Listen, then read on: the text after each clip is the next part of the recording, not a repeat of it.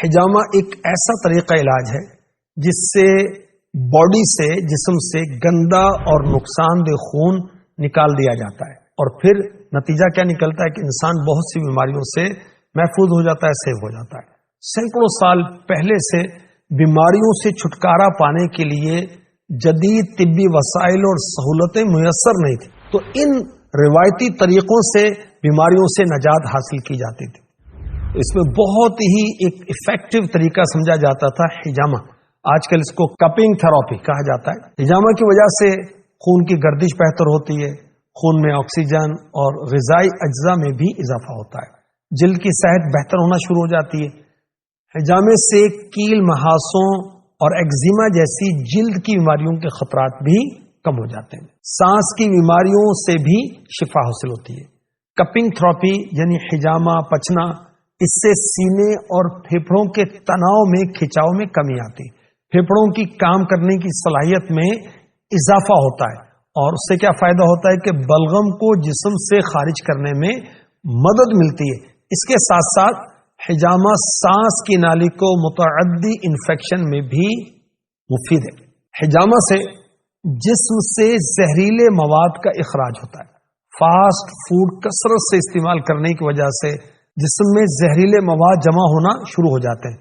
حجامہ لگوانے سے زہریلے مادے کو خارج کرنے میں مدد ملتی ہے۔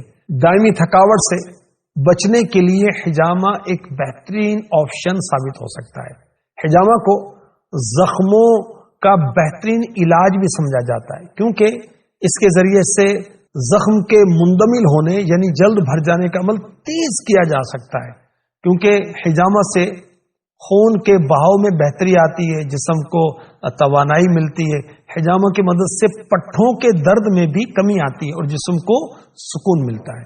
حجامہ کی مدد سے موٹاپے سے بھی چھٹکارا پایا جا سکتا ہے، ہاضمے کے نظام میں بھی بہتری آتی ہے، جبکہ دائمی سٹریس، نیوٹریشن کے غیر متوازن لیول اور مدافعتی نظام کے مسائل کی وجہ سے لاحق ہونے والے ہاضمے کے مسائل کے خلاف حجامہ بہت اہم کردار ادا کرتا ہے۔ پیشاب کی نالی کے مختلف مسائل اور گردوں کی پتھری کے خلاف بھی حجامہ بہترین مفید ثابت ہوتا ہے۔ خون کے بہاؤ میں بہتری آتی ہے، بعض اوقات جسمانی نفسیاتی مسائل کی وجہ سے جو مسائل آتے ہیں اس میں بہتری آتی ہے، اور کپنگ تھراپی کی وجہ سے مردانہ کمزوری کے خاتمے کا بھی سبب ہوتا ہے۔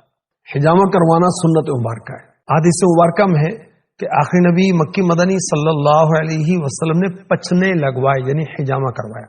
میرے آقا صلی اللہ علیہ وآلہ وسلم نے فرمایا کہ میں معراج کی رات فرشتوں کی جس جماعت کے پاس سے گزرا تو فرشتوں نے اللہ پاک کی طرف سے یہ حکم دیا کہ آپ اپنی امت کو پچنے لگوانے کا حکم دیں، حجامہ کا حکم دیں۔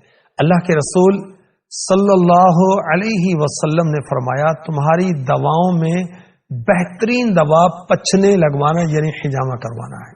حضرت عبداللہ ابن عمر رضی اللہ عنہما فرماتے ہیں میں نے اللہ کے رسول صلی اللہ علیہ وسلم کو یہ فرماتے سنا، نہار منہ پچنے لگوانا بہتر ہے، اور اس میں شفا ہے، برکت ہے، یہ عقل بڑھاتا ہے، حافظہ تیز کرتا ہے۔ فرمایا جو شخص حجامہ لگوانا چاہے وہ 17، 19، 21، 17، 19، 21 تاریخ کو لگوائے۔ حجامہ احادیث مبارکہ سے ضرور ثابت ہے، اور نشاندہی بھی کی گئی کہ کہاں کہاں حجامہ کروانا مفید ہے، مگر اپنی مرضی سے نہیں کرنا چاہیے۔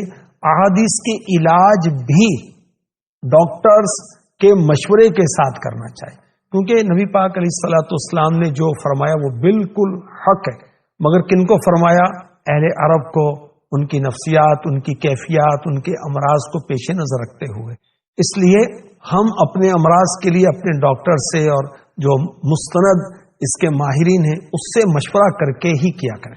حجامہ ایک علاج ہے اور باقاعدہ علاج ہے جس سے جسم سے غیر مقصودی خون کو نکالا جاتا ہے۔ اب اس بات کو اس فن کے لوگ ہی پہچانتے ہیں، لہذا حجامہ کے لیے دیگر علاجوں کی طرح حجامہ کرنے والے کا ماہر ہونا ضروری ہے تاکہ فوائد حاصل ہو سکیں۔ اللہ صحت و عافیت مقدر فرمائے، آمین۔